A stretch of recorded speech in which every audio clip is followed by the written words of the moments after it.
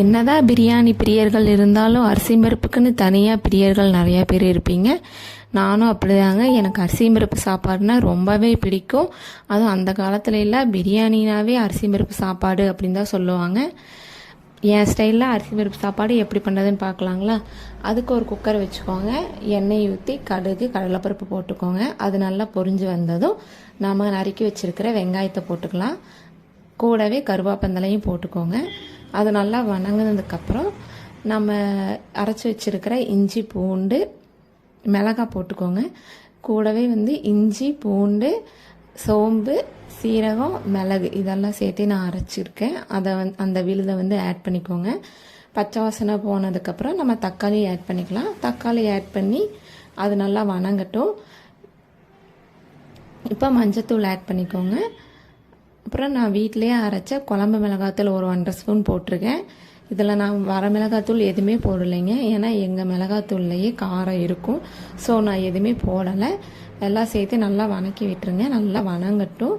பச்சை வாசனை போகிற அளவுக்கு நல்லா வணங்கட்டும்.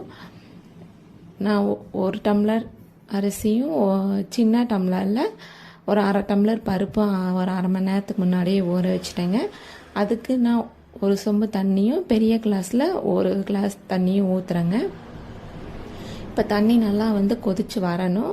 தண்ணி நல்லா கொதித்து வந்ததுக்கப்புறம் நம்ம கழநீர் பிடிச்சிட்டு அரிசி பருப்பு ரெண்டையும் சேர்த்து நம்ம போட்டுடலாங்க.